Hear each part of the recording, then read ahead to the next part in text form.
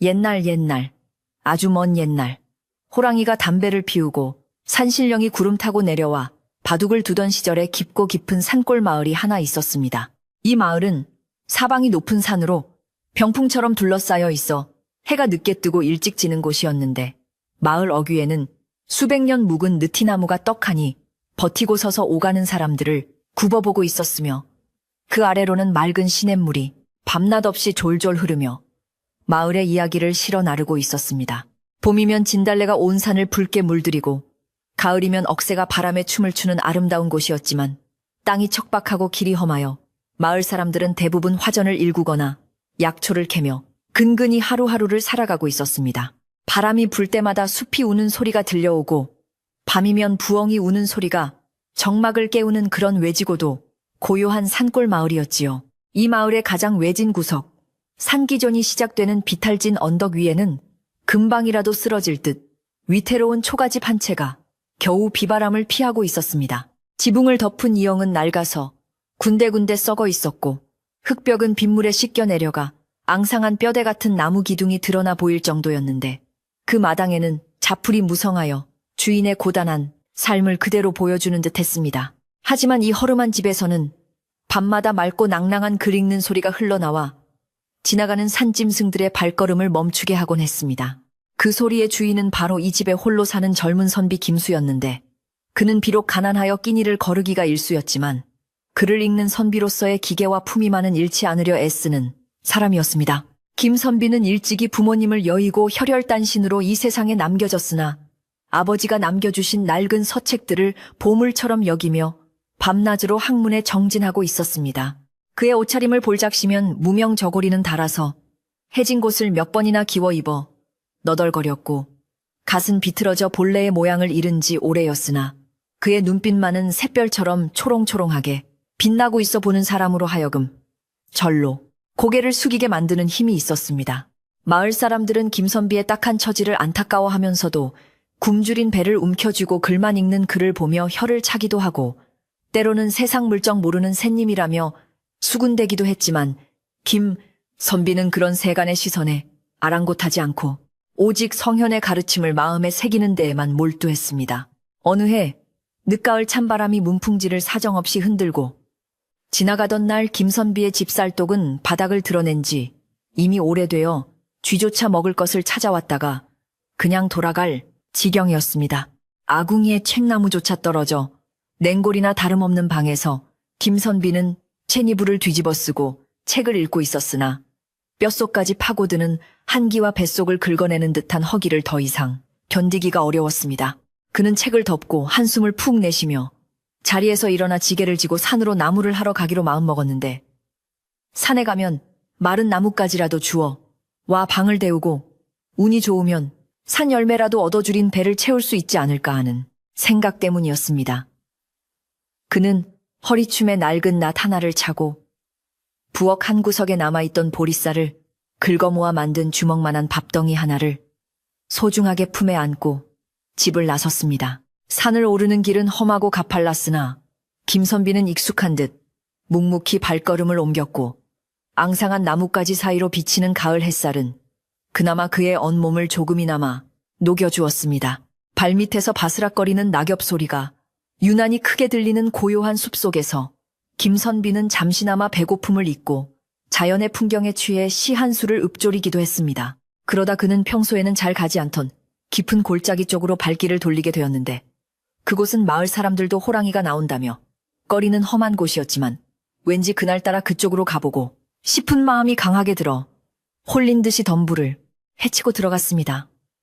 가시덤불이 옷자락을 잡아당기고 거친 돌부리가 발을 걸었지만 김선비는 무엇인가에 이끌리듯 계속해서 깊은 숲속으로 들어갔습니다. 한참을 걷다 보니 숲이 갑자기 트이면서 양지바른 작은 공터가 나타났는데 그곳은 사방이 숲으로 둘러싸여 있어 바람이 잦아들고 햇볕이 따뜻하게 내리쬐는 아늑한 곳이었습니다.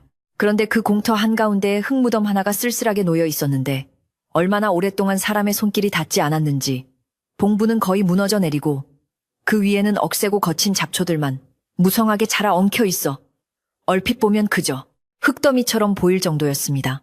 묘비조차 세워져 있지 않아 누구의 무덤인지 알 수 없는 그 처량한 모습에 김선비는 발걸음을 멈추고 한동안 멍하니 바라보았는데 마치 그 무덤이 자신처럼 외롭고 쓸쓸해 보여 가슴 한구석이 찌릿하게 아려오는 것을 느꼈습니다. 김선비는 지게를 내려놓고 무덤 가까이 다가가 자세히 살펴보았는데 짐승들이 파헤친 흔적도 보이고 여름 장마에 흙이 깎여나간 자국도 선명하여 보는 이의 마음을 안타깝게 만들었습니다. 이 깊은 산속에 홀로 누워 계신 분은 대체 누구시길래 이토록 돌보는 이 하나 없이 방치되어 있단 말인가 하고 김선비는 혼잣말을 중얼거리며 혀를 찼습니다. 그는 자신도 부모님의 산소를 제대로 돌보지 못하는 불효자라는 자책감이 들면서 동시에 이름 모를 이 무덤의 주인에게서 동병상련의 아픔을 느꼈습니다. 그는 잠시 망설이다가 나무를 하는 것은 나중으로 미루고 우선 이 거칠어진 무덤을 좀 손봐 주어야겠다고 결심하고는 소매를 걷어붙였습니다. 그는 낫을 들어 무덤 주변을 뒤덮고 있는 억센 가시덤불을 쳐내기 시작했고 손으로 무성하게 자란 잡초들을 하나하나 뽑아내었는데 거친 풀에 손이 베이고 흙투성이가 되었지만 그는 아랑곳하지 않고 묵묵히 일했습니다. 한 시진 넘게 땀을 흘리며 정성껏 풀을 뽑고 무너진 봉분의 주변에 흙을 끌어다 덮어주니 처음에는 형체를 알아보기 힘들었던 흙더미가 제법 번듯한 무덤의 모양을 갖추게 되었습니다. 김선비는 이마에 흐르는 땀을 닦으며 깔끔해진 무덤을 바라보고 흐뭇한 미소를 지었는데 비록 남의 무덤이지만 마치 자신의 조상을 모신 것처럼 마음이 개운해지고 뿌듯해지는 것을 느꼈습니다. 그는 옷에 묻은 흙을 털어내고 무덤 앞에 공손히 서서 잠시 묵념을 올렸습니다. 일을 마치고 나니 잊고 있었던 허기가 다시 밀려와 뱃속에서 천둥치는 소리가 났는데 김선비는 품속에 넣어두었던 보리밥 덩이를 꺼내 들었습니다. 차갑게 식어버린 주먹밥이었지만 지금 그에게는 세상 그 무엇보다 귀한 양식이었기에 입안에 군침이 가득 돌았습니다. 그는 밥을 한 입 베어 물려다가 문득 눈앞의 무덤을 바라보았는데 이 무덤의 주인도 나처럼 배가 고프지 않을까? 제사상 한번 제대로 받아보지 못하고 굶주리고 계신 것은 아닐까 하는 생각이 머리를 스치고 지나갔습니다. 김선비는 들고 있던 주먹밥을 다시 내려다보며 잠시 고민에 빠졌지만 이내 결심한 듯 주변에서 넓은 나뭇잎 하나를 따와서 무덤 앞에 반듯하게 깔았습니다. 이보시오 이름 모를 어르신. 제가 가진 것이라곤 이 보리밥 한 덩이뿐이라 부끄럽습니다만 오랫동안 제사밥 한 번 못 드셨을 테니 이거라도 드시고 기운을 차리시구려. 김선비는 정성스럽게 주먹밥을 나뭇잎 위에 올려놓고는 가지고 다니던 물병에 물을 조금 부어 술 대신 올렸습니다. 그리고는 옷매무새를 단정히 하고 무덤을 향해 정중하게 2번 절을 올렸는데 그의 태도는 마치 살아있는 어른을 대하듯 공손하고 진지했습니다. 비록 화려한 제사상은 아니었지만 그의 진심이 담긴 소박한 상차림은 그 어떤 진수성찬보다도 따뜻하고 정성이 가득해 보였습니다. 절을 마친 김선비는 무덤가에 털썩 주저앉아 무덤 주인이 식사를 마칠 때까지 기다려주기로 했습니다. 그때 신기한 일이 벌어졌는데 갑자기 어디선가 부드러운 바람이 불어와 김선비의 땀 식은 등을 어루만져주고 무덤가의 나뭇가지들이 바람에 흔들리며 마치 고맙다고 인사하는 듯한 소리를 내었습니다. 김선비는 그 바람이 기분 나쁘지 않고 오히려 따뜻하게 느껴져 마음이 편안해졌는데 마치 누군가가 옆에서 다정하게 등을 토닥여주는 것만 같았습니다. 그는 무덤을 향해 이런저런 이야기를 주절주절 늘어놓기 시작했는데 저는 아랫마을에 사는 김수라고 합니다. 글 공부를 하고 있지만 집안이 가난하여 뜻을 펼치기가 쉽지 않군요. 오늘 이렇게 우연히 뵙게 되어 반갑기도 하고 짠하기도 합니다. 라며 자신의 신세 타령을 털어놓았습니다.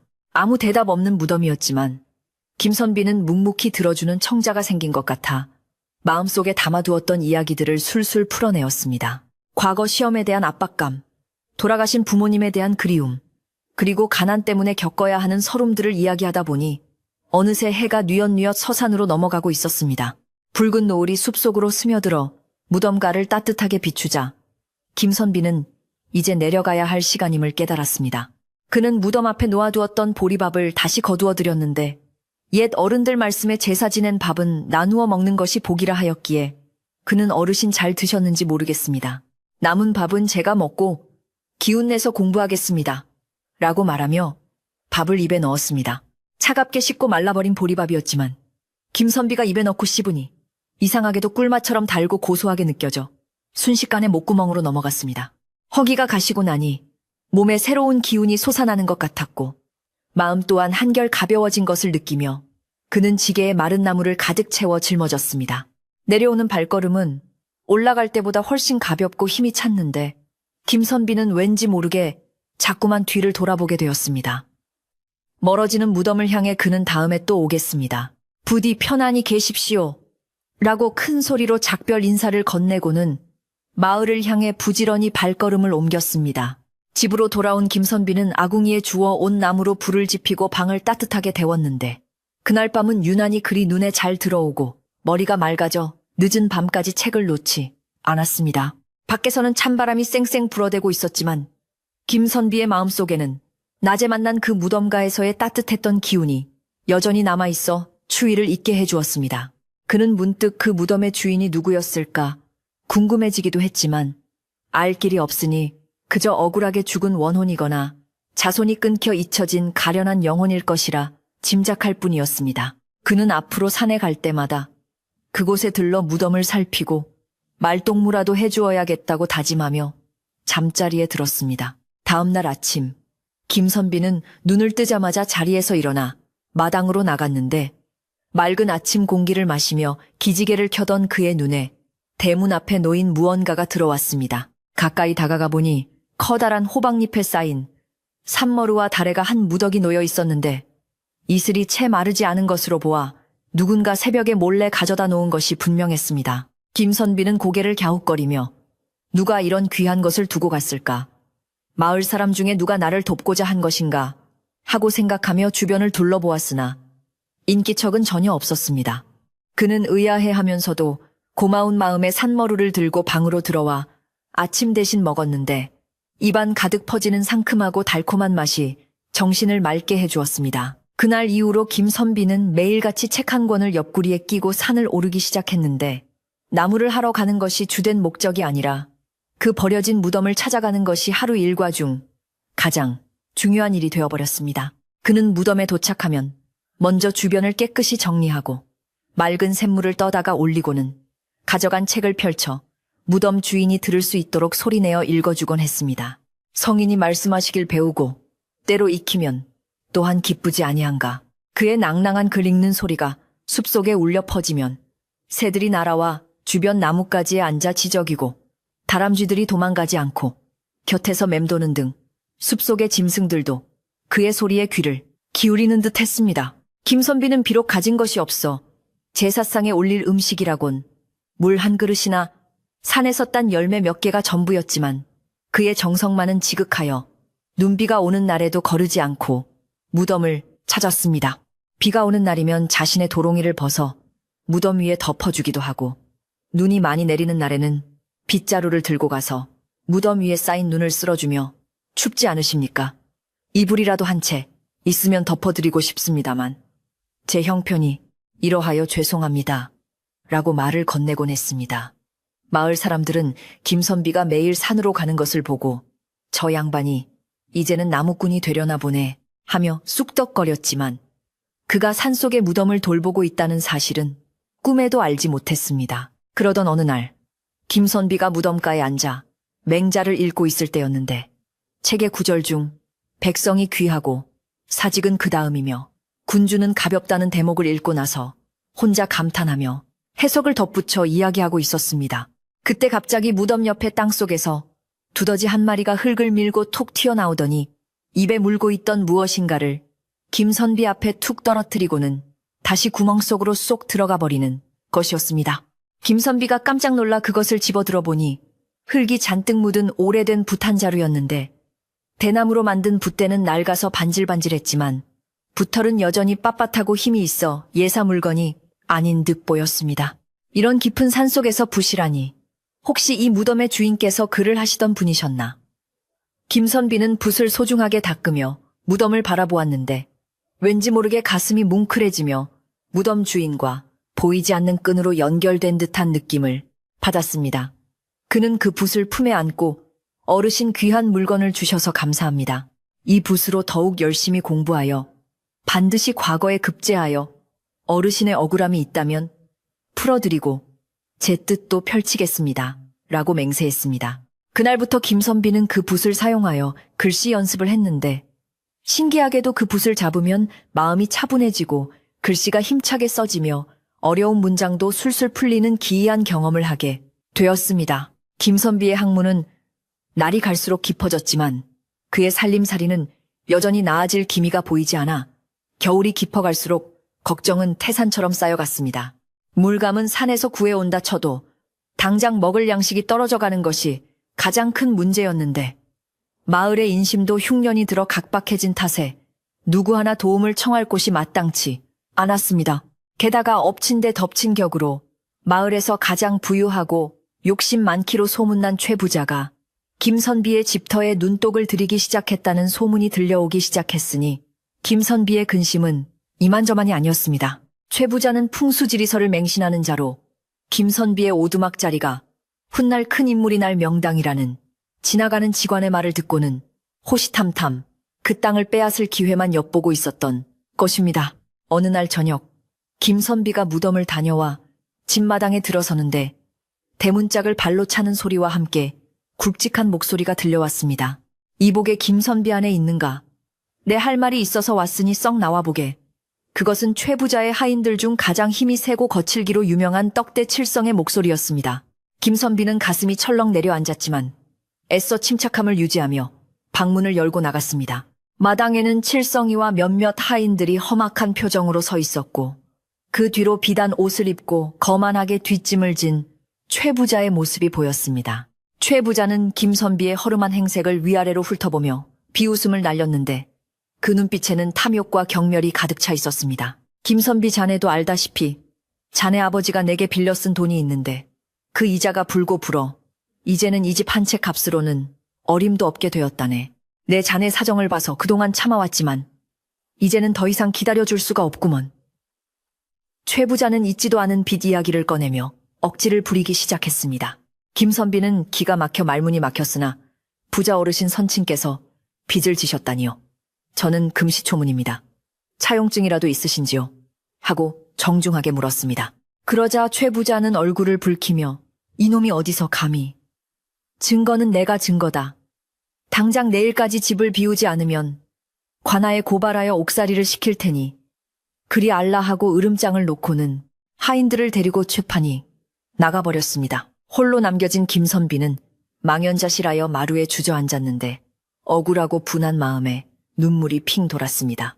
당장 갈 곳도 없거니와 조상 대대로 살아온 이 집을 억울한 누명을 쓰고 빼앗긴다는 것은 죽기보다 싫은 일이었습니다. 그는 밤하늘에 뜬 달을 쳐다보며 한숨을 쉬다가 문득 산속의 무덤이 떠올랐습니다.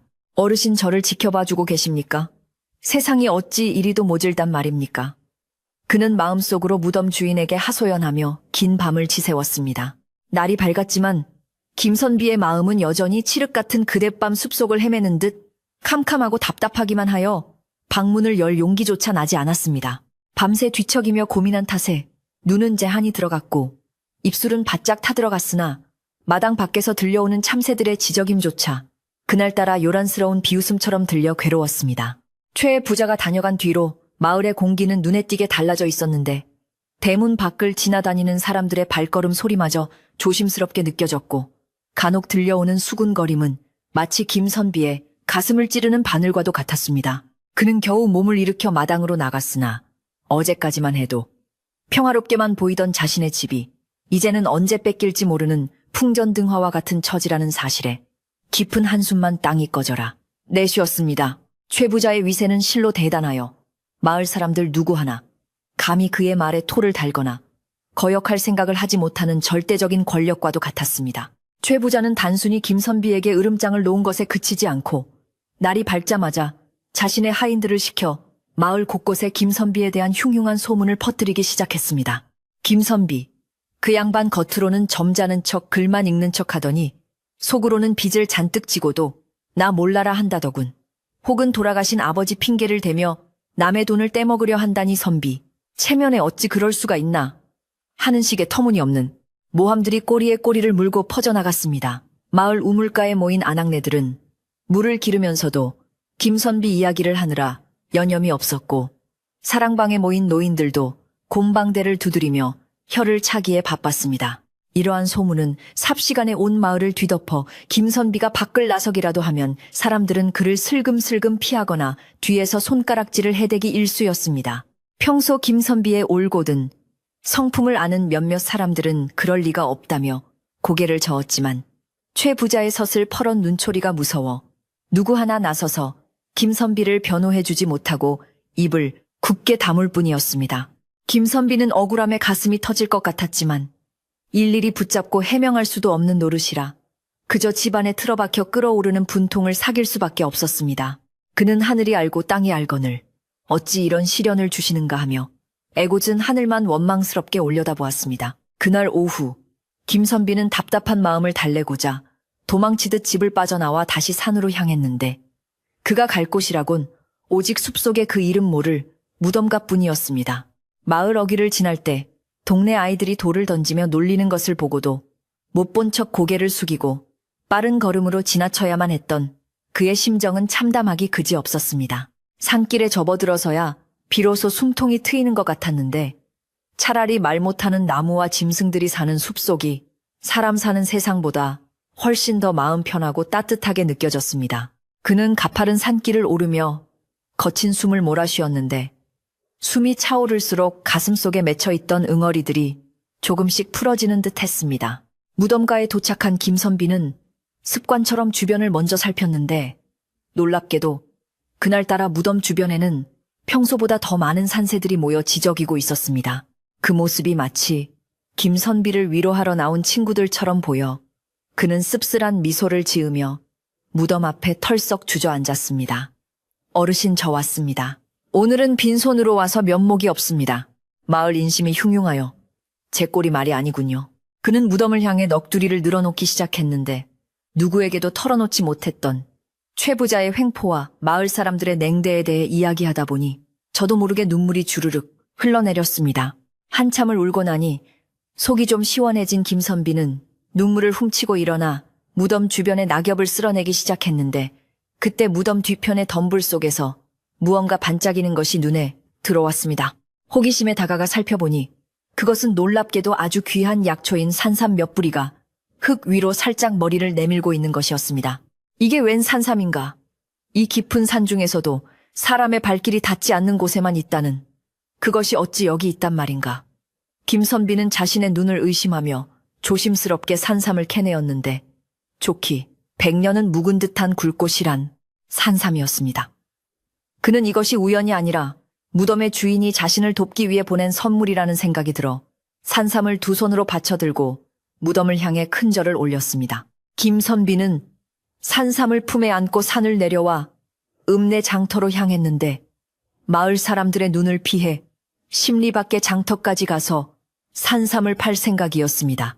운 좋게도 약초를 전문으로 취급하는 상인을 만나 제값을 받고 산삼을 팔 수 있었는데 그 돈은 김선비가 몇 년을 일해도 모으기 힘든 큰 돈이었습니다. 그는 그 돈으로 쌀과 반찬거리를 사고 밀린 외상값도 갚을 수 있겠다는 생각에 뛸 듯이 기뻤으나 한편으로는 최 부자가 이 사실을 알면 또 무슨 트집을 잡을지 걱정이 되기도 했습니다. 그는 쌀 한 가마니를 지게에 지고 어두워진 산길을 걸어 집으로 돌아왔는데 쌀독에 쌀을 채워 넣는 소리가 그 어떤 음악 소리보다 아름답게 들렸습니다. 며칠 뒤 김선비가 마당에서 빗자루질을 하고 있을 때 대문 밖에서 인기척이 들려 고개를 들어보니 마을에서 가장 나이가 많고 지혜롭기로 소문난 박노파가 지팡이를 짚고서 있었습니다. 박노파는 허리가 굽고 주름이 자글자글했지만 눈빛만은 형형하게 살아있는 노인이었는데 평소 마을 일에 좀처럼 관여하지 않는 분이라 김선비는 의아해하며 급히 달려나가 맞이했습니다. 할머니, 누추한 곳까지 어인 일이십니까? 어서 안으로 드시지요. 김선비가 공손하게 청하자 박노파는 손사래를 치며 마루 끝에 잠시 걸터 앉았습니다. 김선비, 내 지나가는 길에 잠시 들렀네. 요즘 자네 집에 흉한 기운이 감도는 것 같아 내 마음이 편치 않아서 말이야. 박노파는 낮게 깔린 목소리로 말문을 열었습니다. 김선비는 가슴이 철렁하여 할머니께서도 최 부자의 일을 들으셨군요. 제가 어찌해야 할지 모르겠습니다. 하고 하소연했습니다. 그러자 박노파는 지팡이로 땅을 툭툭 치며 의미심장한 표정을 지었습니다. 최 부자는 욕심이 턱 밑까지 차올라 배는 게 없는 위인일세. 그자는 자네 집터가 탐이 나서 그러는 게야. 옛날부터 이 터가 봉황이 알을 품은 형세라 하여 귀한 인물이 날 자리라고들 했지. 박노파는 잠시 숨을 고르더니 주름진 손으로 김선비의 손을 꼭 잡으며 말을 이었습니다. 조심하게나. 최 부자는 자네가 순순히 물러나지 않으면 무슨 수를 써서라도 자네를 쬐차맬 걸세. 그는 뱀과 같은 혀를 가졌고 늑대와 같은 탐욕을 가진 자야. 절대 그와 정면으로 맞서 싸우려 하지 말고 때를 기다리며 몸을 낮추게. 그리고 박노파는 목소리를 더욱 낮추어 속삭였습니다. 자네가 요즘 산에 자주 다니는 걸 내 알고 있네. 산신령님이 돕고 계신 듯하니 그 정성을 절대 잊지 말게나. 사람이 배신하지 하늘은 배신하지 않는 법이라네. 박노파가 돌아간 뒤 김선비는 그녀의 말을 곰곰이 되새겨 보았습니다. 자신의 행동을 누군가가 지켜보고 있다는 사실에 놀라기도 했지만 산신령이 돕고 있다는 말에 큰 위안을 얻었습니다. 그는 더욱 정성을 다해 무덤을 돌보아야겠다고 다짐했습니다. 그러나 박노파의 예언대로 최 부자의 횡포는 날이 갈수록 심해졌습니다. 최 부자는 김선비가 산삼을 팔아 쌀을 샀다는 소문을 듣고는 배가 아파 견딜 수가 없었습니다. 저 가난뱅이 놈이 어디서 돈이 났단 말인가. 필시 도둑질을 했거나 남의 산에서 약초를 훔친 것이 분명하다. 최 부자는 관아의 포졸들까지 매수하여 김선비의 집을 수색하게 만들었습니다. 포졸들이 들이닥쳐 세간살이를 뒤집어 엎고 난장판을 만드는 동안 김선비는 마당 한 구석에 서서 입술을 깨물며 그 수모를 견뎌야 했습니다. 포졸들은 쌀독을 뒤지고 책들을 바닥에 내팽개치며 트집을 잡으려 했으나 훔친 물건이 나올 리 만무했습니다. 결국 그들은 앞으로 행동거지 똑바로 하고 다니라는 으름장만 놓고 돌아갔지만 김선비의 방은 폭격을 맞은 듯 엉망진창이 되어 있었습니다. 바닥에 뒹구는 아버지의 유품인 서책들을 주워 담으며 김선비는 억울함에 소리 없는 오열을 토해냈습니다. 하지만 시련은 여기서 끝이 아니었습니다. 최 부자는 이제 김선비를 마을에서 완전히 고립시키기 위해 마을 사람들에게 김선비와 말을 섞거나 도움을 주는 자는 자신의 소장농에서 제명하겠다고 협박했습니다. 마을 사람들은 당장 먹고 사는 문제가 걸린 일이라 어쩔 수 없이 김선비를 철저히 외면하기 시작했습니다.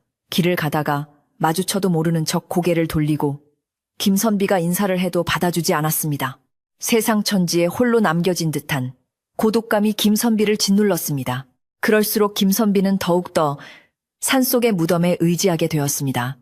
이제는 하루에 2번 아침 저녁으로 무덤을 찾아가 정성껏 돌보고 글을 읽었습니다. 어느 날은 무덤가에 도착하니 산토끼 한 마리가 캣덩굴에 발이 걸려 꼼짝 못하고 있는 것을 발견했습니다. 김선비가 다가가 덩굴을 풀어주자 토끼는 도망가지 않고 잠시 김선비를 바라보다가 숲속으로 사라졌는데 그 자리에 귀한 상황버섯이 자라고 있는 썩은 나무가 드러났습니다. 김선비는 어르신, 오늘도 저를 먹여 살리시는군요.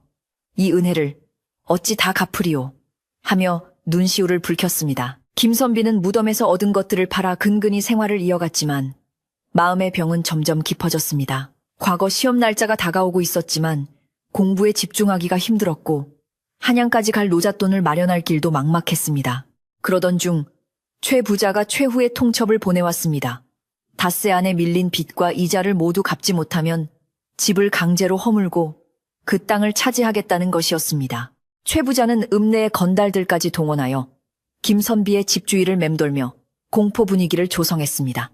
밤이면 돌멩이가 지붕 위로 날아들고 괴상한 고함 소리가 들려와 잠을 잘 수가 없었습니다. 김선비는 벼랑 끝에 몰린 심정으로 무덤을 찾았습니다. 그날은 비가 추적추적 내리는 음산한 날이었는데 비를 맞으며 무덤 앞에 엎드린 김선비의 모습은 처량하기 그지없었습니다. 어르신, 이제 저에게 남은 시간은 닷새뿐입니다. 이 집을 지키지 못하면 저는 조상님들을 뵐 면목이 없습니다. 차라리 저를 데려가 주십시오. 그는 빗물과 눈물이 뒤범벅된 얼굴로 땅을 치며 통곡했습니다. 그의 울음소리는 빗소리에 섞여 숲속으로 퍼져나갔고 숲속의 나무들도 잎사귀를 떨며 함께 우는 듯했습니다. 그때 빗줄기 사이로 희미한 인기척이 느껴져 고개를 들어보니 무덤 뒤편의 안개 속에서 하얀 옷자락 같은 것이 언뜻 보였다가 사라지는 것이었습니다. 김선비는 헛것을 보았나 싶어 눈을 비비고 다시 보았으나 아무것도 없었습니다. 하지만 왠지 모르게 마음속 깊은 곳에서 포기하지 말라는 듯한 울림이 느껴졌습니다. 그는 젖은 옷을 추스르며 일어났습니다. 비록 상황은 절망적이었지만 이 무덤 앞에만 오면 알 수 없는 용기가 생겨나는 것이었습니다. 집으로 돌아온 김선비는 젖은 몸을 닦을 새도 없이 책상 앞에 앉았습니다. 최 부자가 집을 부수러 오는 그날까지 단 한 글자라도 더 읽고 죽겠다는 비장한 각오였습니다. 밖에서는 여전히 최 부자의 하인들이 술판을 벌이며 시끄럽게 떠들고 있었지만 김선비의 귀에는 더 이상 그 소리가 들리지 않았습니다. 그는 오직 책 속의 문장들에만 집중하며 정신을 통일했습니다. 촛불이 가물거리고 밤이 깊어갈수록 그의 눈빛은 더욱더 형형하게 빛났습니다. 사흘이 지나고 약속한 날이 이틀 앞으로 다가왔습니다. 마을에는 김선비가 곧 쫓겨날 것이라는 소문이 파다했고 사람들은 안타까워하면서도 불똥이 튈까봐 숨죽여 지켜볼 뿐이었습니다. 박노파만이 밤중에 몰래 찾아와 주먹밥 몇 덩이를 건네주며 살아남아야 하네. 살아서 훗날을 도모하게 라고 위로해주고 갔습니다. 김선비는 박노파의 따뜻한 정에 감동하여 목이 메었습니다. 예, 할머니. 반드시 살아남아 이 은혜를 갚겠습니다. 마지막 날 밤, 김선비는 잠을 이루지 못하고 뒤척이다가 깜빡 잠이 들었는데 꿈속에서 다시 그 무덤가가 나타났습니다. 그런데 이번에는 무덤이 환한 빛에 쌓여 있었고 무덤이 갈라지면서 백발이 성성한 노인 한 분이 걸어 나오는 것이었습니다. 노인은 인자한 미소를 지으며 김선비에게 손짓을 했습니다. 김선비는 홀린 듯이 노인에게 다가갔습니다. 노인은 김선비의 어깨를 두드리며 부드러운 목소리로 말했습니다.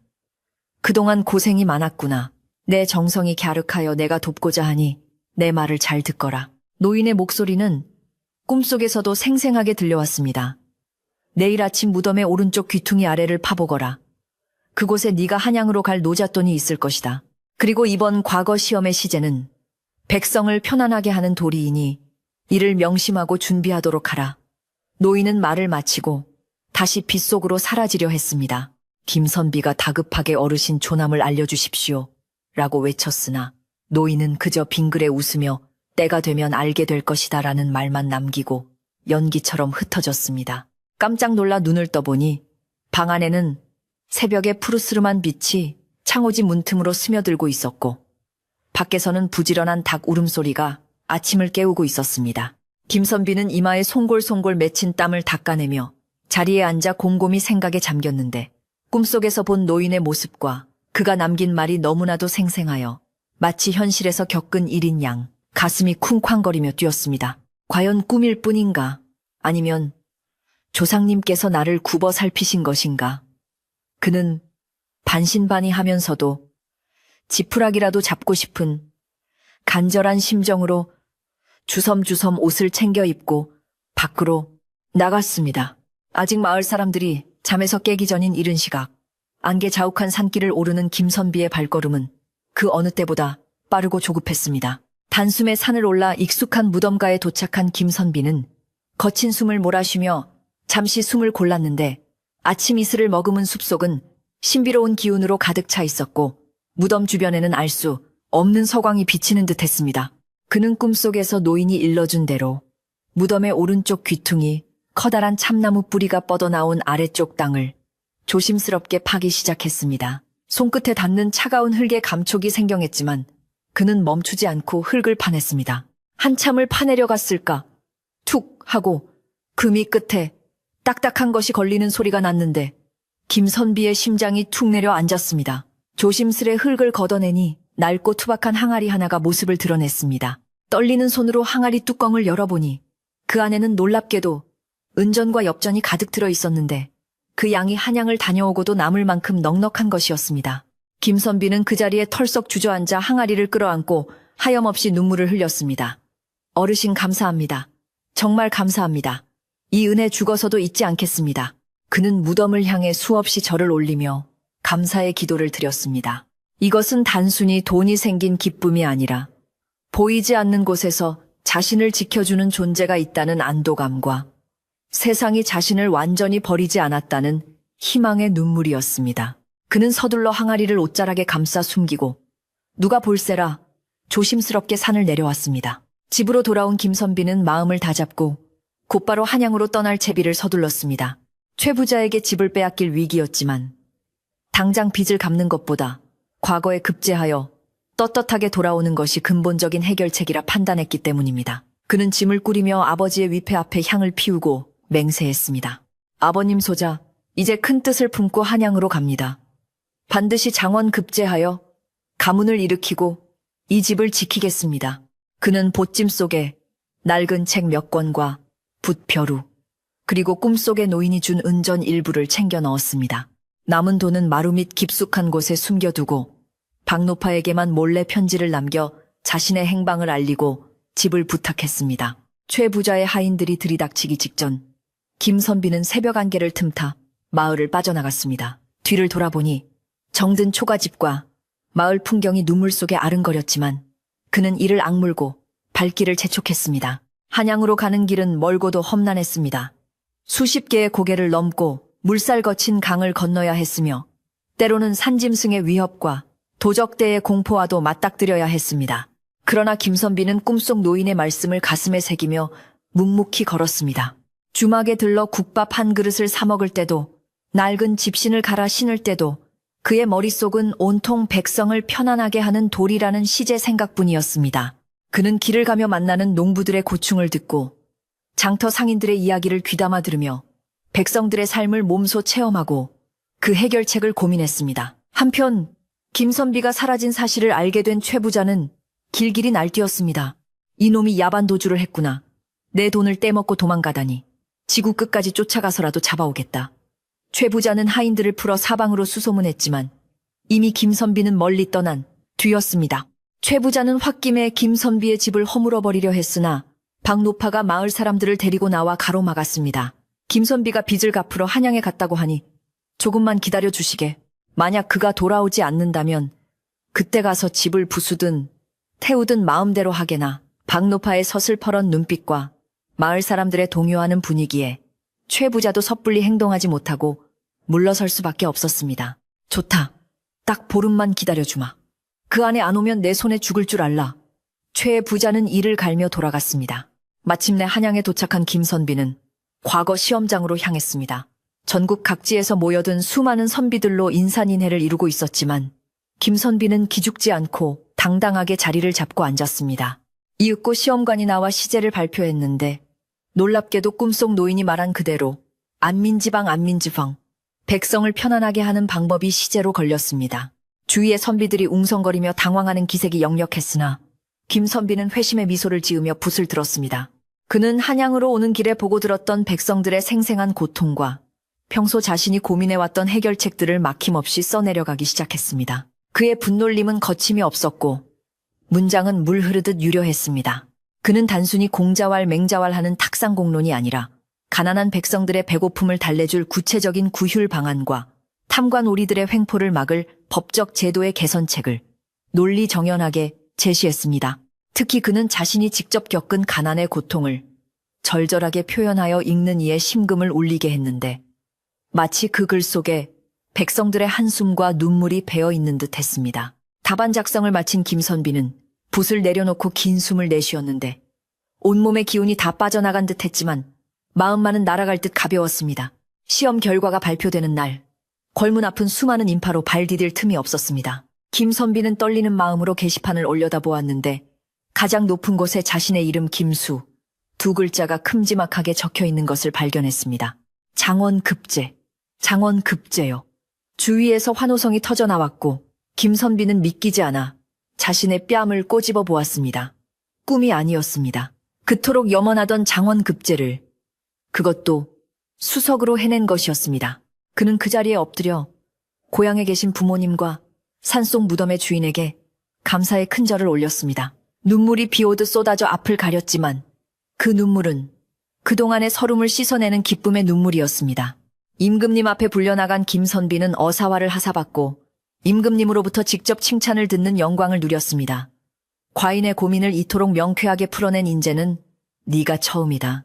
앞으로 짐을 도와 백성들을 위한 정치를 펼쳐다오. 임금님의 따뜻한 격려에 김선비는 감격하여 성은이 망극하옵니다. 견마지로를 다하여 나라와 백성을 위해 충성을 다하겠습니다. 라고 맹세했습니다. 임금님은 그에게 암행어사의 직분을 내리며 고향으로 돌아가 그곳의 부정부패를 척결하고 백성들의 억울함을 풀어주라고 명했습니다. 금이 환영하는 길, 김선비는 비단 옷에 어사화를 꽂고 말을 탄 채 위풍당당하게 고향으로 향했습니다. 그의 뒤에는 역졸들이 따르고 있었지만 그는 자신의 신분을 숨기고 평복으로 갈아입은 뒤 먼저 마을로 들어갔습니다. 마을 입구에 도착하니 분위기가 심상치 않았는데 최 부자의 하인들이 김선비의 집을 둘러싸고 몽둥이를 든 채 윽박지르고 있었고 박노파와 마을 사람들이 그들을 막아서며 실랑이를 벌이고 있었습니다. 약속한 보름이 지났다. 당장 이 집을 허물고 밭으로 갈아엎어라. 최 부자가 고래고래 소리를 지르고 있었습니다. 김선비는 분노가 치밀어 올랐지만 꾹 참고 군중 속으로 파고들었습니다. 이게 무슨 짓들이오? 힘없는 백성을 이리 괴롭혀도 되는 것이오. 김선비가 소리치자 최 부자는 코웃음을 치며 돌아보았습니다. 내 놈은 또 뭐냐? 아, 도망갔다던 그 빚쟁이 놈이 아니냐. 제 발로 죽으러 왔구나. 최 부자는 하인들에게 눈짓을 하며 김선비를 잡으라고 명령했습니다. 하인들이 덤벼들려는 찰나 김선비는 품속에서 마패를 꺼내 높이 치켜들었습니다. 암행어사, 출두야.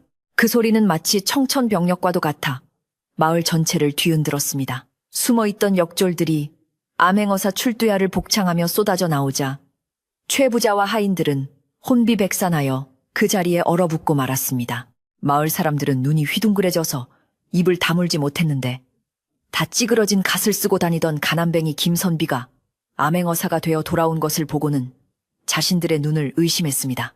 김선비는 엄숙한 표정으로 최 부자를 노려보며 꾸짖었습니다. 내 죄를 네가 알렸다. 선량한 백성을 괴롭히고 탐욕을 채우려 한 죄 국법으로 엄히 다스리리라. 최 부자는 사시나무 떨듯 떨며 그 자리에 무릎을 꿇고 머리를 조아렸습니다. 아이고, 어사 나으리 죽을 죄를 지었습니다. 한 번만 살려주십시오. 그는 비굴하게 애원했지만 김선비는 단호했습니다. 그는 즉시 관아의 형방을 불러 최 부자의 죄목을 낱낱이 조사하게 하고 그가 불법으로 빼앗은 재산들을 모두 원래 주인에게 돌려주도록 명했습니다. 또한 그동안 최 부자의 횡포에 시달렸던 마을 사람들의 억울한 사연들을 하나하나 들어주고 해결해주니 마을 곳곳에서 만세, 암행어사 만세하는 함성이 터져 나왔습니다. 김선비는 자신의 집을 지켜준 박노파에게 다가가 깊이 허리 굽혀 인사했습니다. 할머니 덕분에 집을 지킬 수 있었습니다. 이 은혜 평생 잊지 않겠습니다. 박노파는 주름진 손으로 김선비의 손을 잡고 눈물을 글썽였습니다. 장하다 김선비, 내 자네가 해낼 줄 알았네. 조상님이 도우셨어. 마을 사람들도 그제야 김선비에게 다가와 몰라봐서 미안하이, 정말 축하하네 하며 진심 어린 축하를 건넸습니다. 김선비는 그들을 원망하지 않고 따뜻하게 웃으며 받아주었습니다. 그날 밤 김선비의 집 마당에서는 마을 잔치가 벌어졌습니다. 최 부자의 창고를 열어 쌀과 고기를 나누어주고 술을 빚어온 마을 사람들이 배불리 먹고 마시며 즐거워했습니다. 꽹과리 소리와 장구 소리가 밤하늘에 울려 퍼지고 사람들의 웃음소리가 끊이지 않았습니다. 김선비는 마루에 앉아 그 모습을 흐뭇하게 바라보며 술 한 잔을 기울였는데 문득 산속의 무덤이 생각났습니다. 내일 날이 밝는 대로 어르신을 찾아뵙고 인사를 드려야겠다. 그는 밤하늘의 밝은 달을 쳐다보며 무덤 주인을 향해 마음속으로 건배를 제의했습니다. 하지만 잔치가 무르익을 무렵 김선비는 조용히 자리에서 일어나 뒷마당으로 갔습니다. 그곳에는 어릴 적 아버지가 심어놓은 감나무 한 그루가 서 있었는데 그는 감나무를 쓰다듬으며 돌아가신 부모님을 생각했습니다. 아버지 어머니, 소자 이제야 사람 구실을 하게 되었습니다. 부디 편안히 잠드소서. 그때 어디선가 부드러운 바람이 불어와 감나무 잎을 흔들고 지나갔는데 그 바람 소리가 마치 부모님의 웃음소리처럼 들렸습니다. 다음 날 아침 김선비는 관복을 갖춰 입고 하인들을 대동하여 산으로 향했습니다. 이번에는 혼자가 아니었습니다. 마을 사람들도 소문을 듣고 김선비를 따라 나섰는데 그가 산속 무덤의 주인 덕분에 장원급제를 했다는 이야기가 퍼졌기 때문입니다. 사람들은 그 신비한 무덤을 직접 보고 싶어 했고 또한 김선비에 대한 고마움과 미안함을 표하기 위해 함께 제사를 지내고 싶어 했습니다. 무덤가에 도착하니 여전히 쓸쓸해 보이는 무덤이 그들을 맞이했습니다. 하지만 김선비의 눈에는 그 무덤이 더 이상 쓸쓸해 보이지 않았습니다. 오히려 따뜻하고 정겨운 고향의 품처럼 느껴졌습니다. 김선비는 준비해온 제수 음식을 상석에 가득 차리고 향을 피우며 정중하게 제사를 지냈습니다. 어르신 약속대로 장원급제하여 돌아왔습니다. 어르신의 은혜 덕분입니다. 부디 이 음식을 드시고 저의 절을 받으소서. 그가 절을 올리자 마을 사람들도 뒤따라 절을 올리며 무덤 주인의 명복을 빌었습니다. 제사를 마치고 김선비가 술을 따르는데 갑자기 무덤 뒤편의 흙이 무너지며 비석 하나가 드러났습니다. 오랜 세월 흙 속에 묻혀있던 비석이었는데 이끼가 끼고 글자가 마모되어 알아보기 힘들었으나 김선비가 조심스럽게 흙을 털어내자 희미하게 글씨가 보이기 시작했습니다. 충신, 홍, 지묘. 그것은 바로 옛날 억울하게 누명을 쓰고 이곳에 유배 왔다가 쓸쓸히 죽어간 충신 홍대감의 묘비였습니다. 마을 노인들이 웅성거리며 아, 옛날 어르신들 말씀에 이 산에 홍대감님이 묻혀 계시다는 전설이 있었는데 그게 사실이었구먼 하며 놀라워했습니다. 김선비는 그 비석을 끌어안고 눈시울을 붉혔습니다. 홍대감님, 얼마나 억울하고 외로우셨습니까? 이제 제가 그 한을 풀어드리고 세상의 대감님의 충절을 널리 알리겠습니다. 그는 그 자리에서 맹세했습니다. 마을 사람들도 모두 숙연해져서 고개를 숙였습니다. 김선비는 즉시 석수장이를 불러 비석을 새로 세우고 무덤을 크게 단장하도록 지시했습니다. 그리고 매년 마을 차원에서 제사를 지내도록 하여 홍대감의 넋을 위로하기로 했습니다. 그 후로 김선비는 홍대감의 무덤을 성역화하고 그 주변에 정자를 지어 후학들을 가르치는 장소로 만들었습니다. 그는 관직에 있으면서도 항상 초심을 잃지 않고 청렴결백하게 살았으며 백성들을 위한 선정을 베풀어 칭송이 자자했습니다. 마을 사람들도 김선비의 뜻을 받들어 서로 돕고 의지하며 살아가니 그 산골 마을은 인심 좋고 살기 좋은 마을로 소문이 나서 사방에서 사람들이 모여들었습니다. 김선비의 집 마당에는 언제나 웃음꽃이 피어났고 그의 글 읽는 소리는 여전히 낭낭하게 울려 퍼졌습니다. 세월이 흘러 김선비도 나이가 들어 백발이 되었지만 그는 여전히 지팡이를 짚고 산에 올라 홍대감의 무덤을 찾곤 했습니다. 그곳에서 그는 젊은 날의 자신을 만나고 꿈속의 노인을 만나며 인생의 지혜를 되새기곤 했습니다. 어느 맑은 가을날 김선비가 무덤가 정자에 앉아 먼 산을 바라보며 미소 짓는 모습은 마치 한 폭의 그림과 같았는데 그 모습이 너무나 평온해 보여 보는 이들의 마음까지 맑게 해주었습니다. 바람이 불어와 그의 하얀 수염을 어루만지고 지나가면 숲속의 새들이 노래하며 화답하는 평화로운 풍경이었습니다. 날이 밝아오자 마을의 공기는 예전과는 사뭇 다르게 느껴졌는데 마치 오랫동안 마을을 짓누르고 있던 먹구름이 걷히고 맑고 투명한 햇살이 비추는 듯 상쾌하고 신선했습니다. 김수 암행어사의 출두로 인해 마을을 호령하던 최부자의 위세는 하루아침에 땅에 떨어졌고 그동안 숨죽여 살던 마을 사람들은 이제야 비로소 어깨를 펴고 크게 숨을 쉴 수 있게 되었습니다. 김선비는 관아의 동원이 아닌 자신의 낡은 초가집 마당에 멍석을 깔고 마을 사람들을 모두 불러 모았는데 이는 권위적인 관리의 모습이 아니라 마을의 일원으로서 지난날에 잘못된 것들을 바로잡고 억울함을 달래주려는 따뜻한 배려에서 나온 것이었습니다. 마을 사람들은 남녀노소 할 것 없이 모두 모여들어 마당을 가득 메웠고 그들의 얼굴에는 두려움 대신 기대와 희망이 서려 있었습니다. 김선비는 마루에 정좌하고 앉아 죄인 최 부자를 마당 한가운데 꿇어앉혔는데 어제까지만 해도 비단 옷을 휘날리며 거드름을 피우던 최 부자는 이제 포승줄에 묶인 채 고개를 푹 숙이고 부들부들 떨고 있어 보는 이로 하여금 인생 무상함을 느끼게 했습니다. 김선비는 엄숙하지만 차분한 목소리로 최 부자의 죄목을 하나하나 읊어내려갔는데 그 내용은 단순히 김선비 개인에 대한 괴롭힘을 넘어 마을 전체의 고혈을 짜낸 악행들이 낱낱이 기록되어 있었습니다. 너는 소장료를 터무니없이 올려 백성들의 쌀독을 비우게 했고 흉년이 들었을 때 곡식을 빌려주고는 고리대를 받아 가산을 탕진하게 만들었으며 힘없는 자들의 땅을 억지로 빼앗아 내 곳간을 채웠으니 그 죄가 실로 무겁다. 김선비의 목소리는 높지 않았으나 그 울림은 천둥처럼 커서 최 부자의 가슴을 쳤습니다.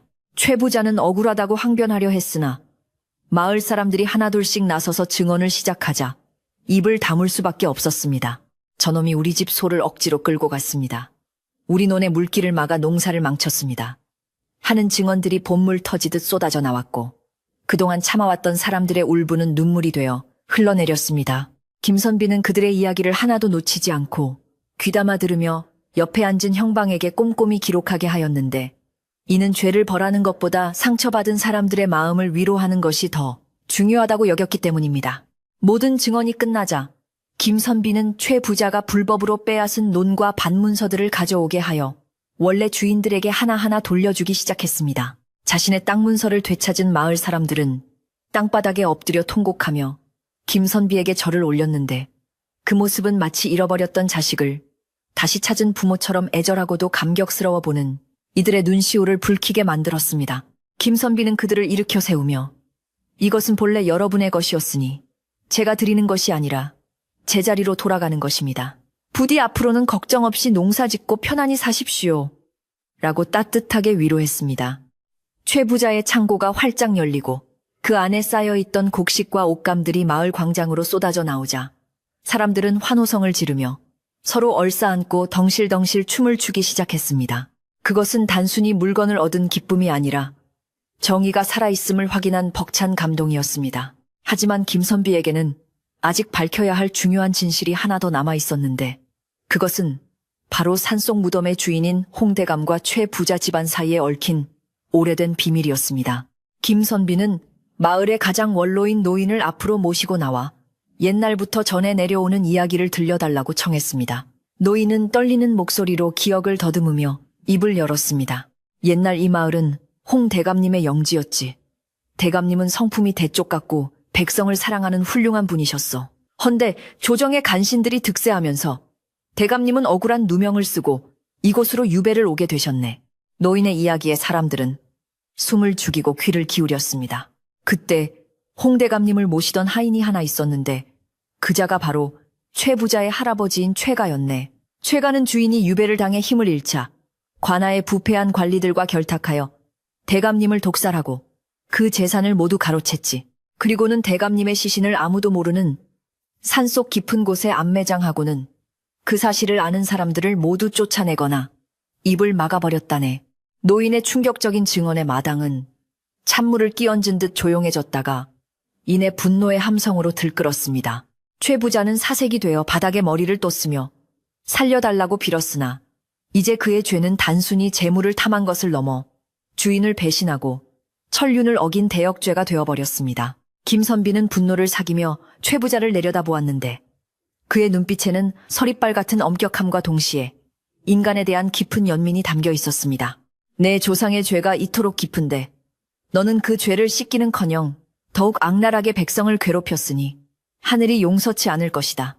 네가 가진 모든 재산은 몰수하여 국고와 마을의 공동재산으로 귀속시킬 것이며 너와 네 가족은 이 마을에서 영구히 추방하니 다시는 이곳에 발을 붙이지 못할 것이다. 김선비의 판결이 내려지자 포졸들이 최 부자를 끌어내었고 마을 사람들은 그 뒤를 따르며 소금을 뿌려 부정탄 기운을 씻어내었습니다. 그렇게 마을의 오랜 암적인 존재는 영원히 사라지게 되었습니다. 최 부자가 끌려가고 마을이 안정을 되찾자 김선비는 곧바로 산속의 무덤으로 향할 채비를 하였는데 이번에는 마을 사람들 모두가 자발적으로 나섰습니다. 그들은 낫과 워미를 들고 산으로 올라가 홍대감의 무덤 주변을 덮고 있던 잡목들을 깨끗이 베어내고 무너진 축대를 다시 쌓으며 구슬땀을 흘렸습니다. 누군가는 때를 입히고 누군가는 비석을 닦으며 또 누군가는 주변에 꽃나무를 심으니 쓸쓸하고 초라했던 무덤은 금세 왕릉 부럽지 않은 번듯하고 웅장한 묘역으로 변모하였습니다. 이것은 강요에 의한 노역이 아니라 억울하게 돌아가신 분에 대한 미안함과 고마움을 담은 마을 사람들의 순수한 정성이었습니다. 묘역 정비가 끝나자 김선비는 제주가 되어 정식으로 위령제를 올렸는데 제사상에는 마을 사람들이 집집마다 가장 좋은 재료를 가져와 만든 음식들이 다리가 휘어질 정도로 푸짐하게 차려졌습니다. 돼지머리와 시루떡, 각종 전과 과일들이 산더미처럼 쌓였고 향내음이 숲속 가득 퍼져나가 그윽한 분위기를 자아냈습니다.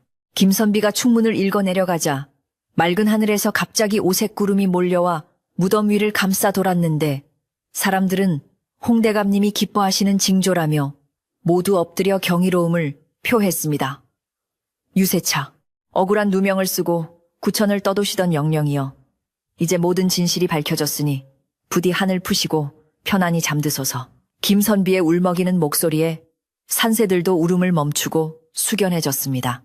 위령제가 끝나고 음복을 하는 시간이 되자 엄숙했던 분위기는 어느새 시끌벅적한 잔치 분위기로 바뀌었습니다. 마을 사람들은 돗자리를 깔고 둘러앉아 제사 음식을 나누어 먹으며 그동안 하지 못했던 이야기꽃을 피웠습니다. 이게 다 김선비 덕분이야. 아니지. 이제는 김어사 나으리라고 불러야지. 암 그렇고 말고. 우리 마을에 이런 큰 인물이 날 줄 누가 알았겠나. 사람들은 막걸리 잔을 부딪히며 김선비의 공을 칭송했고 김선비는 쑥스러워하며 모두가 조상님의 은덕이고 여러분의 덕분입니다. 라고 겸손해했습니다. 오랜만에 맛보는 기름진 음식과 술에 사람들의 얼굴에는 발그레한 취기와 함께 행복한 미소가 번졌습니다. 해가 뉘엿뉘엿 저물어가자 마을로 내려온 사람들은 마을 회관 앞 넓은 마당에 모여 큰 불을 피워놓고 뒤풀이 마당을 열었습니다. 풍물패가 꽹과리와 장구를 치며 흥을 돋우자 어깨춤이 절로 나오는 신명. 나는 판이 벌어졌습니다. 아낙네들은 강강술래를 돌며 마을의 평안을 기원했고 장정들은 씨름판을 벌여 힘자랑을 하며 웃고 떠들었습니다. 김선비도 이날만큼은 체면을 내려놓고 마을 사람들과 어울려 덩실덩실 춤을 추었는데 그의 춤사위에는 그동안의 고생과 서름을 털어내고 새로운 희망을 맞이하는 기쁨이 담겨 있었습니다. 불꽃이 타닥타닥 타오르는 소리와 사람들의 웃음소리가 어우러져 밤하늘 높이 퍼져나갔습니다. 그날 밤 잔치가 파하고 모두가 집으로 돌아간 뒤 김선비는 홀로 남아 타오르는 모닥불을 바라보며 깊은 생각에 잠겼습니다. 그는 자신이 겪은 이 모든 일이 단순히 우연이 아니라 억울한 자의 한을 풀어주고 굽은 것을 바로잡으라는 하늘의 뜻이었음을 다시금 깨달았습니다. 홍대감의 무덤에 밥 한 그릇을 올린 작은 선의가 자신을 살리고 마을을 살리고 더 나아가 정의를 바로 세우는 큰 결과로 이어진 것에 대해 그는 깊은 감사를 느꼈습니다. 작은 정성이라도 진심을 다하면 하늘이 감동한다는 옛말이 결코 헛된 말이 아님을 뼈저리게 느낀 하루였습니다. 밤이 깊어지자 김선비는 집으로 돌아와 깨끗하게 정돈된 자신의 방에 들어섰는데 텅 비어있던 쌀독은 마을 사람들이 채워준 쌀로 가득 차 있었고 썰렁했던 아궁이에는 온기가 가득했습니다. 그는 책상 앞에 앉아 붓을 들고 오늘의 일을 일기로 남기기 시작했습니다. 창밖에는 둥근 보름달이 환하게 떠올라 마을을 비추고 있었는데 그 달빛은 마치 홍대감의 인자한 미소처럼 따뜻하고 부드럽게 느껴졌습니다. 마을의 개 짖는 소리조차 평화롭게 들리는 고요한 밤. 김선비의 집에서는 다시금 글 읽는 소리가 낭낭하게 흘러나오기 시작했습니다. 다음 날부터 마을은 완전히 달라진 모습으로 활기를 되찾았습니다. 쫓겨났던 소장농들은 다시 자신의 땅을 갈기 시작했고 억울하게 옥살이를 하던 사람들은 풀려나 가족의 품으로 돌아왔습니다. 김선비는 암행어사의 임무를 마치고 다시 한양으로 올라가야 했지만 떠나기 전 마을의 의로운 곡식 창고인 의창이천을 만들어 흉년에 대비하도록 하고 글을 배우고 싶어하는 아이들을 위해 서당을 정비해 주었습니다. 그는 마을 사람들에게 서로 돕고 아끼며 사는 것이야말로 진정한 부자가 되는 길이라고 당부하며 최부자의 집터였던 곳을 마을 공동 쉼터로 만들어 누구나 와서 쉬어갈 수 있게 했습니다. 김선비가 한양으로 떠나는 날 마을 사람들은 심리박 고갯마루까지 따라 나와 눈물로 배웅했습니다. 박노파는 직접 지은 무명옷 한 벌을 김선비에게 건네며 부디 몸 조심하고 나라의 큰 기둥이 되어주시게 라고 당부했습니다. 김선비는 박노파의 손을 꼭 잡고 할머니 꼭 다시 돌아와 문안 인사 올리겠습니다. 건강하십시오 라고 작별 인사를 고했습니다. 그가 말을 타고 멀어질 때까지 마을 사람들은 손을 흔들며 그의 앞날을 축복해 주었고 김선비는 자꾸만 뒤를 돌아보며 정든 고향과 산속의 무덤을 가슴속에 깊이 새겼습니다. 산 위에서는 여전히 맑은 바람이 불어와 그가 가는 길을 배웅해주고 있었습니다. 이렇게 하여 마을에는 다시 평화가 찾아왔고 김선비와 홍대감의 무덤에 얽힌 이야기는 입에서 입으로 전해지며 전설이 되었습니다. 사람들은 어려운 일이 있을 때마다 홍대감의 무덤을 찾아가 기도를 올렸고 그때마다 신기하게도 일이 술술 풀리는 영험함을 경험했다고 합니다. 최 부자가 살던 집터는 이제 아이들의 웃음소리가 끊이지 않는 놀이터가 되었고 그곳에 심어진 나무들은 무럭무럭 자라 시원한 그늘을 만들어 주었습니다. 악한 자는 사라지고 선한 마음들이 모여 만든 평화로운 마을 풍경은 보는 이로 하여금 마음의 고향을 떠올리게 하기에 충분했습니다. 한양으로 돌아온 김선비는 조정에서도 강직하고 청렴한 관리로 명성을 떨쳤습니다. 그는 항상 백성의 편에 서서 정치를 하였으며 억울한 일을 당한 사람이 있으면 신분을 막론하고 도와주어 포청천이라는 별명까지 얻게 되었습니다. 하지만 그는 아무리 바쁜 나라질 중에도 매년 가을이면 어김없이 휴가를 내어 고향 마을을 찾았고 그때마다 홍대감의 무덤에 들러 제사를 지내고 초심을 다잡는 일을 게을리하지 않았습니다. 그의 이러한 효심과 충성심은 온 나라에 귀감이 되어 많은 선비가 그를 본받고자 하였습니다. 어느 해 가을 김선비가 고향에 내려와 옛집 마루에 앉아 있는데 마당에 참새떼가 날아와 모이를 쪼는 평화로운 모습을 보게 되었습니다. 그는 문득 자신의 젊은 시절 가난하고 배고팠던 그 시절을 떠올리며 미소를 지었습니다. 그때 그 무덤을 만나지 못했더라면, 그리고 그 무덤에 밥 한 덩이를 나누어 줄 마음을 먹지 못했더라면 지금의 자신은 없었을 것이라는 생각에 가슴이 뭉클해졌습니다. 그는 곁에 있는 아들에게 나직이 말했습니다. 얘야, 세상에 하찮은 것은 하나도 없단다.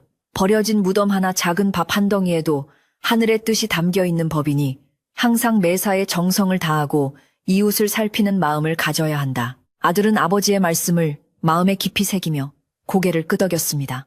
바람이 불어와 풍경 소리가 은은하게 울려 퍼지는 저녁. 김선비의 집은 그 어느 때보다 따뜻하고 평온한 기운으로 가득 찼습니다. 마을 어귀의 느티나무도 잎을 흔들며 이 아름다운 이야기를 세상 널리 전하려는 듯 웅장한 소리를 내었고 밤하늘의 별들은 김선비의 집 위로 쏟아질 듯 반짝이며 축복을 내려주었습니다.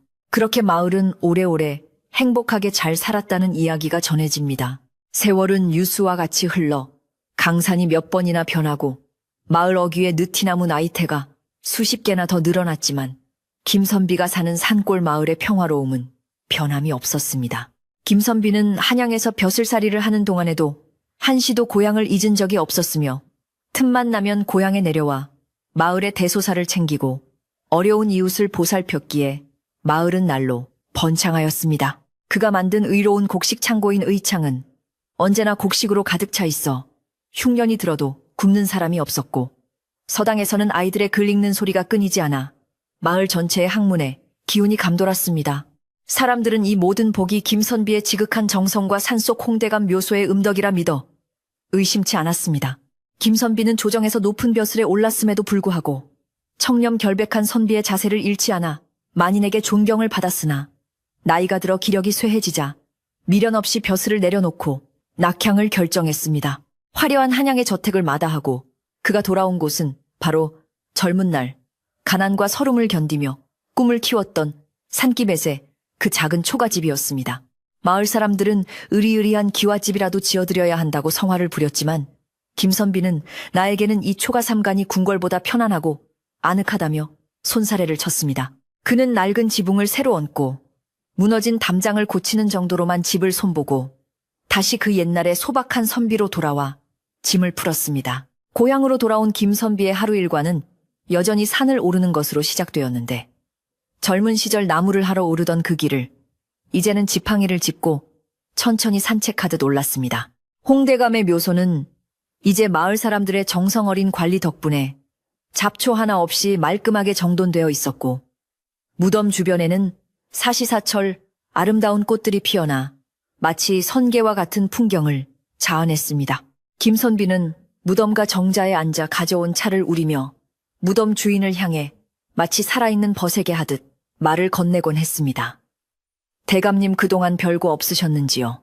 저도 이제 관복을 벗고 돌아와 대감님 곁에서 여생을 보내게 되었습니다. 바람이 불어와 나뭇잎을 흔들면 그것이 대감의 반가운 대답인 양 김선비는 허허롭게 웃었습니다. 마을에는 새로운 풍습이 하나 생겨났는데 매년 가을 추수가 끝나면 집집마다 가장 잘 여문 옙쌀을 거두어 홍대감의 묘소에 올리고 제사를 지내는 것이었습니다. 이를 보은의 쌀이라 불렀는데 이는 김선비가 밥 한 덩이로 복을 받았듯이 마을 사람들도 그 마음을 본받아 감사함을 잊지 않겠다는 다짐이었습니다. 아이들은 부모의 손을 잡고 산에 올라 절을 하며 착하게 살겠습니다. 남을 돕겠습니다. 라고 맹세했고 그런 아이들의 모습을 보며 어른들은 흐뭇해했습니다. 이 산골 마을에서 욕심이나 다툼이라는 단어는 옛 이야기 속에서나 나오는 말이 되어버렸고 대문 없이 살아도 도둑 걱정이 없는 태평성대가 이어졌습니다. 김선비의 집 사랑방은 언제나 마을 사람들로 북적였는데 농사일에 지친 농부들이 찾아와 막걸리 한 잔에 시름을 털어놓기도 하고 배움에 목마른 학동들이 찾아와 옛 이야기를 해달라고 조르기도 했습니다. 김선비는 귀찮은 기색 하나 없이 그들을 맞이하여 따뜻한 밥상을 내어주고 인생의 지혜가 담긴 조언을 아끼지 않았습니다.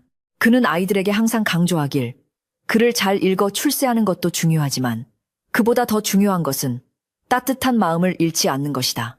굶주린 이에게 밥 한 숟가락을 나누는 용기가 천 권의 책보다 귀할 때가 있단다. 라고 가르쳤습니다. 그의 가르침을 받은 아이들은 자라서 훌륭한 인재가 되거나 마을을 지키는 듬직한 일꾼이 되었습니다. 어느 맑은 가을날 오후 김선비는 마당에 멍석을 깔고 앉아 고추를 말리고 있었는데 낯선 젊은 선비 하나가 찾아와 정중하게 인사를 올렸습니다. 그는 한양에서 과거 시험을 보러 가던 길에 날이 저물어 하룻밤 묵어가기를 청하는 과객이었는데 행색이 남루하고 얼굴에 근심이 가득해 보였습니다. 김선비는 젊은 시절 자신의 모습을 보는 것 같아 안쓰러운 마음에 그를 안으로 불러들여 따뜻한 저녁상을 차려주었습니다. 밥을 개눈 감추듯 먹어치운 젊은 선비는 김선비에게 자신의 처지를 비관하며 신세 한탄을 늘어놓았습니다. 가진 것도 없고 배경도 없는 제가 과연 뜻을 이룰 수 있을지 모르겠습니다.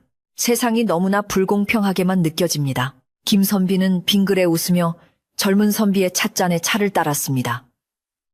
이복의 젊은이, 나도 자네만 한 시절에는 쌀독이 비어 물로 배를 채우던 날이 허다했다네. 하지만 가난하다고 해서 마음까지 가난해져서는 안 되네. 하늘은 견딜 수 있는 만큼의 시련을 주시고 진실한 마음은 반드시 통하게 되어 있다네. 김선비는 자신이 겪었던 숲속 무덤의 이야기와 그곳에서 얻은 깨달음을 담담하게 들려주었습니다.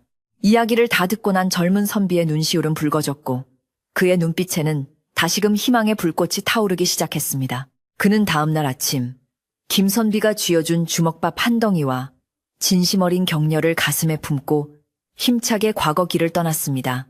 세월이 더 흘러 김선비의 머리카락은 하얀 눈이 내린 듯 백발이 되었고 얼굴에는 세월의 흔적인 주름이 깊게 패였지만 그의 눈빛만은 여전히 맑고 깊은 호수처럼 평온했습니다. 그는 이제 거동이 불편하여 산까지 오르지는 못했지만 대신 마루에 앉아 멀리 보이는 산봉우리를 바라보며 마음으로 홍대감과 대화를 나누곤 했습니다.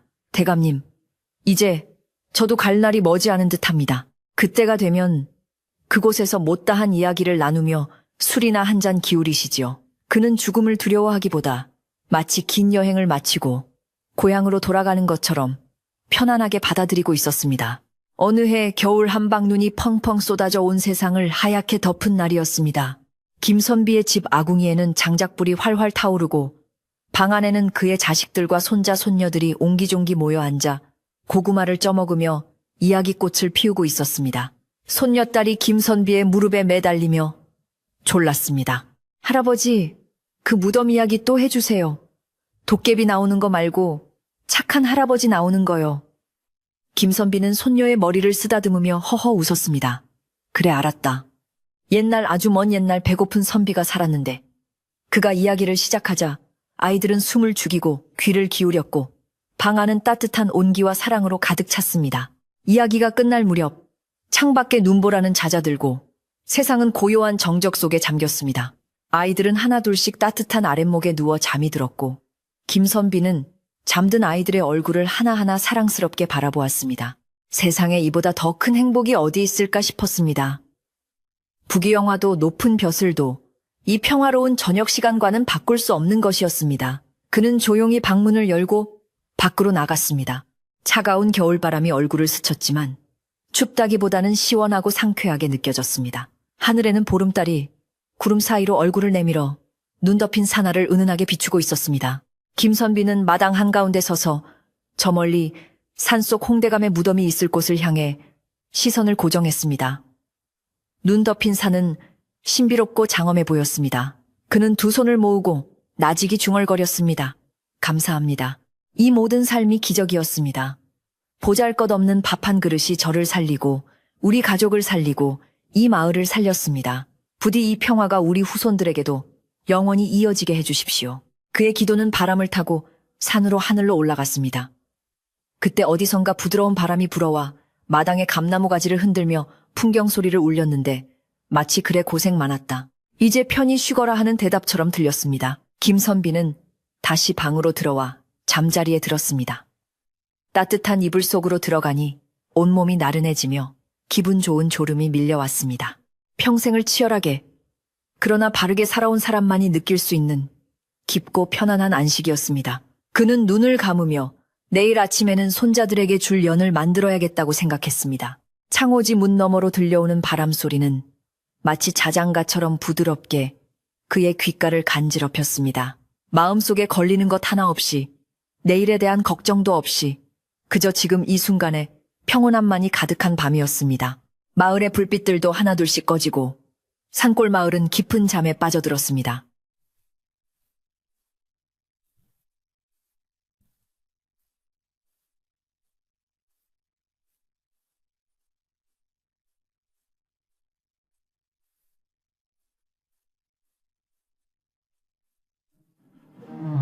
숲속의 부엉이도 오늘 밤은 울지 않고 조용히 밤을 지키고 시냇물 소리만이 졸졸졸 흐르며 마을의 꿈을 지켜주고 있어. 김선비의 집 굴뚝에서 피어오르던 얇은 연기도 사그라들고 온 세상이 평화로운 침묵 속에 잠겼습니다. 착한 마음을 가진 사람들이 모여 사는 이 마을에는 앞으로도 오랫동안 따뜻하고 행복한 일들만 가득할 것입니다. 밥 한 그릇에 정성이 만들어낸 기적은 밤하늘의 별처럼 언제나 그곳에서 반짝이고 있을 테니까요. 자, 이제 이야기가 모두 끝났습니다. 긴 세월 동안 이어진 가난한 선비와 이름 모를 무덤의 아름다운 인연은 이렇게 행복한 결말을 맺었습니다. 여러분도 오늘 밤 김선비처럼 마음속에 착한 등불 하나 켜두고 편안하게 잠드시길 바랍니다. 걱정은 바람에 날려보내고 욕심은 흐르는 물에 씻어보내세요. 내일은 오늘보다 더 맑고 따뜻한 해가 떠오를 것입니다. 따뜻한 아랫목에 누운 것처럼 포근하고 달콤한 꿈 꾸시기를 바랍니다. 안녕히 주무세요.